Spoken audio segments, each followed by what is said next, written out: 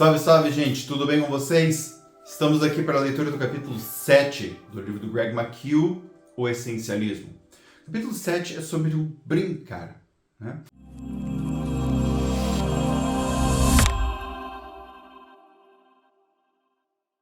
Adote a sabedoria de sua criança interior. Uma pequena tolice aqui e ali é valorizada pelos homens mais sábios. Frases de Roald Dahl. A respeito do brincar, tem uma coisa que é importante já falar de antemão, que é assim. Na nossa cultura, quando a gente fala em brincar, geralmente as pessoas adotam dois tipos de postura. A primeira postura, de que brincar é uma coisa meio idiota, brincar é coisa de criança. E como eu sou adulto, faz sentido nenhum eu brincar. Esse é um extremo. No outro extremo, nós vamos ter aquelas pessoas que acham que o mundo é um jogo, o mundo é uma grande brincadeira e você tem que brincar o tempo todo e que você não tem que levar nada a sério, né? Porque no fundo tudo é uma brincadeira e se você levar a vida assim, você vai ter uma vida leve e feliz. Esses dois extremos, obviamente, como eu já estou falando, são extremos e tanto um quanto o outro lado perdem muito. De um lado, a gente perde porque o ato de brincar ele é muito importante, né? Inclusive, nós vamos ver algumas pesquisas aqui nesse capítulo. De outro lado, quando a gente acha que tudo é uma brincadeira e não consegue levar nada a sério, a gente também não consegue estruturar a rotina, por exemplo, né? E rotina é uma coisa extremamente importante para funcionamento psíquico, né? E fundamentação do nosso caráter. Então, quando eu trago o ato de brincar, se pergunte: qual é o lugar da brincadeira na tua vida? Você entende essa brincadeira em qual dos dois extremos? Você está mais para qual? Não que você seja exatamente uma pessoa de um extremo ou de outro, mas para onde você está mais inclinada? Tá? Muito bem. O autor vai definir, né, ele vai dar uma definição própria dele, embora ele não seja um estudioso desta área, mas ele vai falar aqui: brincar, que defino como tudo que fazemos apenas pela alegria de fazer e não como um meio para atingir o fim, pode parecer uma atividade não essencial e geralmente assim é tratada. No entanto, brincar é essencial em muitos aspectos, né? Então, essa ideia da brincadeira, de que é algo que a gente faz sem a necessidade do fim, né? Sem a necessidade do resultado, que é o ponto muito importante. Por quê? Aí está o problema, né, daquelas pessoas que acham que o brincar é ridículo. Por quê? Porque ele não tem um objetivo. Você não tem que chegar numa meta, ou a meta não é tão importante. Porém, tudo o que acontece até lá acaba sendo importante do mesmo jeito. Então vejam, apesar do brincar não ter em si uma meta específica, no sentido de que o mais importante é atingir a meta, ainda assim busca-se alguma coisa, né? Só não existe o compromisso. Isso faz com que várias funções, que são funções importantes para quando você tem que atingir a meta, sejam trabalhadas. Não é que elas não são. Elas apenas são, só que de uma forma mais descontraída, né? Então aqui ele vai falar também a respeito da brincadeira como sendo algo fundamental para viver como essencialista, porque alimenta a experimentação em pelo menos 3 aspectos específicos. O primeiro, amplia a variedade de opções disponíveis, ajuda a ver possibilidades que não veríamos de outra forma e a fazer conexões que também não faríamos. Então, no ato de brincar, como a gente pode se divertir, é um momento onde a gente explora várias possibilidades. Quando nós temos uma meta, nós exploramos possibilidades em prol da meta. Como o ato de brincar não precisa ter uma meta específica, nós fazemos experimentações pela experimentação em si.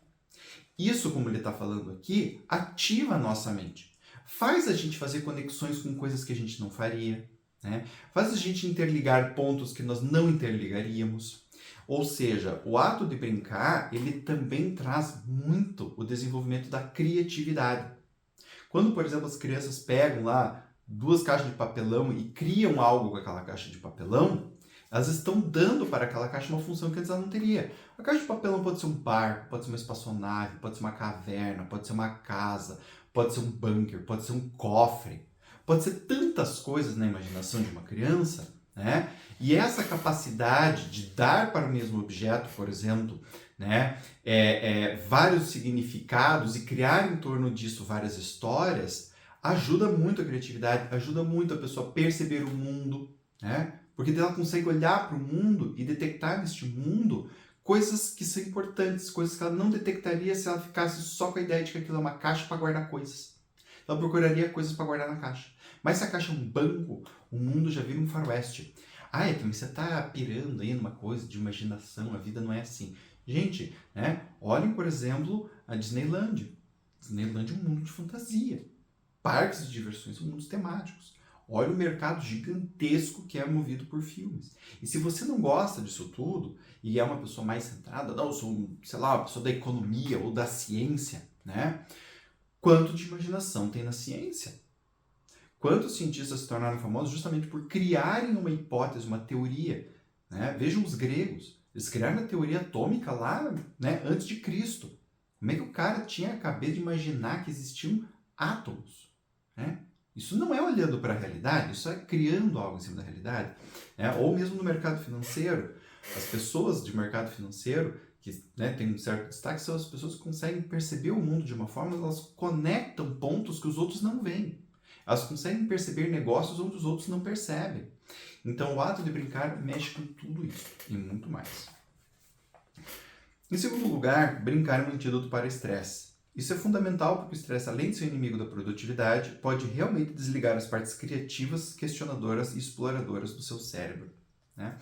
Então, o ato de brincar, justamente por ele ser descontraído, ele ajuda a gente a ter serotonina no corpo, ele ajuda a gente a descontrair a cabeça, a parar de ficar pensando sempre na mesma coisa do mesmo jeito, a esquecer um pouco, né, do nosso estresse. Não é que o estresse vai sumir porque você brincou, não é isso. Os teus problemas continuam lá, mas a gente precisa muitas vezes estar com o corpo um pouco relaxado para poder voltar e lidar com esse estresse.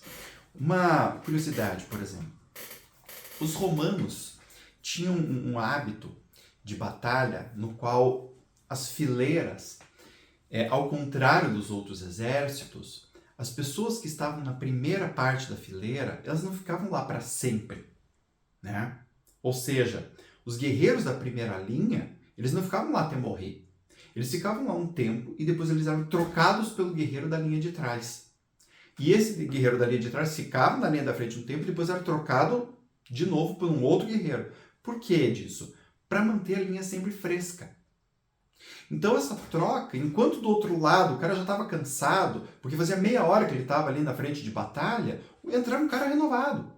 Esse cara renovado, né, continuava o outro ali para ele ferir, para ele matar, mas ele estava renovado, então ele conseguia fazer coisas que o oponente não conseguia, ele tinha mais gás. E essa, não apenas essa, mas muitas outras coisas, né, fizeram do Império Romano a máquina de guerra que ele foi. Então estou dando aqui um exemplo que não tem a ver com o ato de brincar, né, mas que tem a ver com a necessidade de a gente estar descansado para poder enfrentar os nossos problemas. E o ato de brincar é uma das coisas que traz esse tipo de satisfação, esse tipo de energia para a nossa vida. Por fim, ele vai falar aqui do Edward M. Hallowell. É um psiquiatra especializado em ciência cerebral. E ele diz, né, a brincadeira tem efeito positivo sobre a função executiva do cérebro. As funções executivas cerebrais são planejar, priorizar, agendar, prever, delegar, decidir, analisar. Em resumo, a maioria das habilidades que todo executivo precisa dominar para se destacar na carreira. Brincar estimula tanto as partes do cérebro envolvidas no raciocínio lógico e meticuloso, quanto na exploração irrestrita e despreocupada. Gente, quem já viu criança brincar, né? Especialmente quando a criança está com um pouquinho mais de idade, 4, 5 anos, vê que o ato de brincar não é assim, tipo, qualquer coisa de qualquer jeito. As crianças se organizam, elas planejam, elas criam regras, depois desinventam as regras, criam novas, vão criando regra no meio, vão percebendo o que funciona mais, o que funciona menos, vão abandonando algumas coisas no meio da brincadeira e ficando com outras. Então, o ato de brincar, como ele escreveu aqui, ele está trabalhando com todo o córtex. Tudo aquilo que a pessoa mais tarde vai precisar para organizar a vida, estruturar a vida financeira, etc. e tal, está tudo isso organizado no ato de brincar. A criança vai desenvolvendo, vai trabalhando com isso, vai criando formas de lidar com a realidade, né? Vai percebendo o feedback da realidade e se adequando a esse feedback, vai olhando para o que aconteceu na realidade e criando outras saídas para aquilo que aconteceu. Então, o ato de brincar, ele é muito importante porque ele faz com que a gente possa viver o nosso dia a dia, né? O macro do nosso dia a dia, num espaço micro e mais controlado e sem a tensão, a preocupação que a gente tem efetivamente no nosso dia a dia.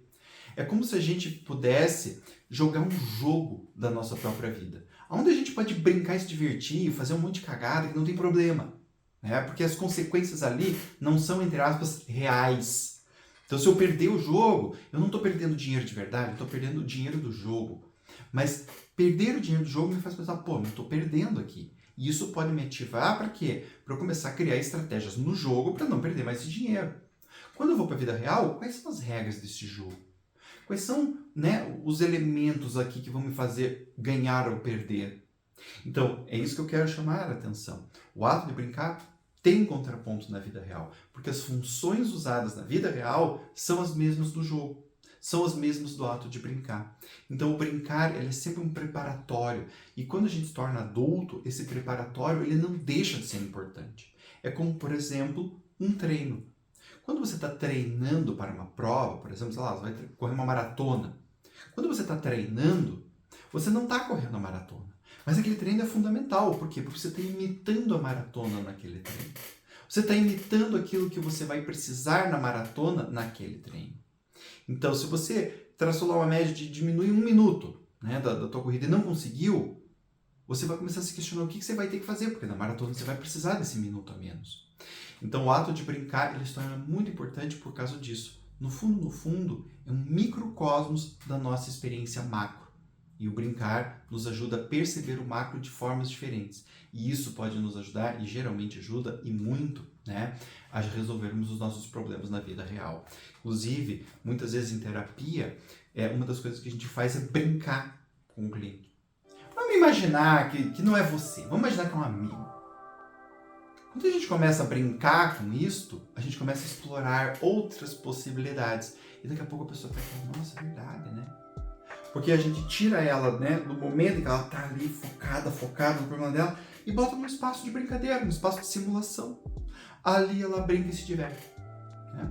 Então, o ato de brincar é realmente, gente, muito importante. Inclusive, a gente usa bastante isso na própria terapia, né? E eu recomendo para quem não brinca muito, que experimente brincar um pouco, você vai ver que a tua vida vai melhorar bastante, tá bem? Gente, este foi o capítulo Brincar, do Essencialismo do Greg McKeown. Espero que vocês tenham gostado.